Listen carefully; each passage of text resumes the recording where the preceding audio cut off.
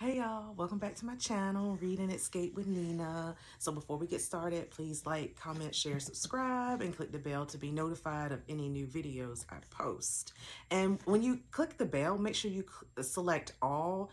I notice YouTube has it set to personalize for some reason, and it limits when you get a notification as to when I post a video. So if you click the bell and select all, then any video I post, you'll get a notification for.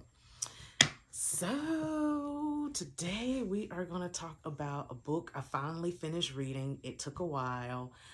It's a pretty thick book, but I'm super excited to say I finished Stephen King, The Stand. This big one comes in at 1,153 pages, almost 1,200 pages. I enjoyed every single last page of it. Okay, look, let me tell you something. When I get started on Stephen King, I cannot stop. Sometimes if I read one of his books, it's hard for me to go read another author. I know there are lots of other great authors out there. I talk about them all the time on my channel, but it's something about his writing that I crave when I'm done reading a book that I have to just read something else Stephen King-ish.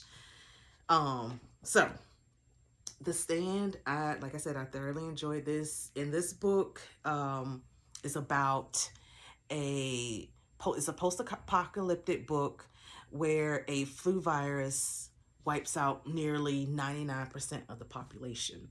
And we're following tons of characters in this book.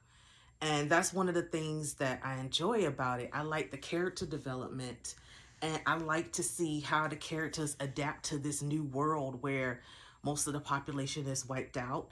And the premise of it is they're trying to rebuild society so they can start over again. And you essentially have this good group that's following the character Mother Abigail out of Boulder, Colorado. And then you have this evil group that follows Randall Flagg out of Vegas, Nevada.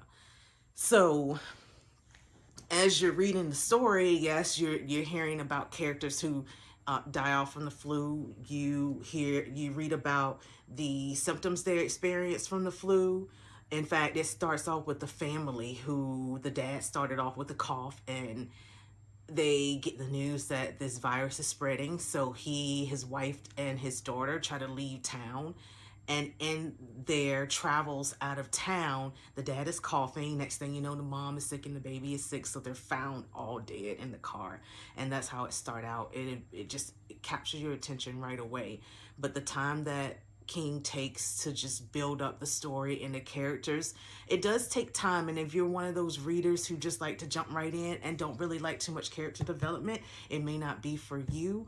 But I thoroughly enjoyed it. It's like you're literally following these characters on their journey to meet up. You may have you have Franny and one part of I think Franny was in Maine and she was pregnant, and she travels and she meets up with Stu and his group. And it just, I don't know, I really enjoy it. It gives me the feel of The Walking Dead without the zombie aspect, because once the people died from this virus, and they were gone.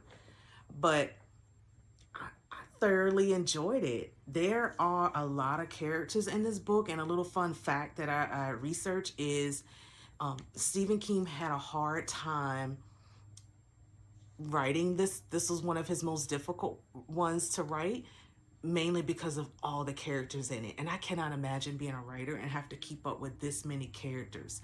I can't imagine what his office or writing room looked like while writing this book. Absolutely beautiful. This is one of the collector's edition versions. I usually like my little softbound books, but when I saw this, I had to get it. I like the gold edges to it. You have the automatic, the bookmark in here. Like I said, I thoroughly enjoyed it. Just beautifully written. Of course, when you have the good group and the bad group, of course, it's going to come to a battle to try to, regain society in a positive and peaceful way. So you have that aspect of it too. And I think it was overall a great book. The ending seemed to be, I wouldn't say it was ambiguous, uh, but I think I kind of got where he was going with it. Either way, I still give this a 5 stars, 5 out of 5. Thoroughly enjoyed it. Would recommend it to anyone. In terms of the horror and it being super scary, I think that even if you're not a horror fan, you can read this and get through it without any problems. But I would say there were times after I read this, because I usually like to read my Stephen King books at night for like the atmospheric type of feel. There were a few times when I read this and when I went to sleep, I did have like some post-apocalyptic type dreams, but it was nothing traumatizing. Let me just say that it wasn't traumatizing. It didn't make me feel like I couldn't read it. But other than that, even if you aren't a horror fan, I think this is one that you can absolutely read. So yeah, moving on to my next Stephen King, because like I said, after I read one of his, I have to move on to something else. And right now I am reading Salem's Lot. And I can't wait to give you guys a review on that one. It's a tad bit shorter than this one. I believe Salem's Lot is 700 pages. So I should have a review for that one pretty soon. But thanks for watching, and I'll see you guys next time. Bye.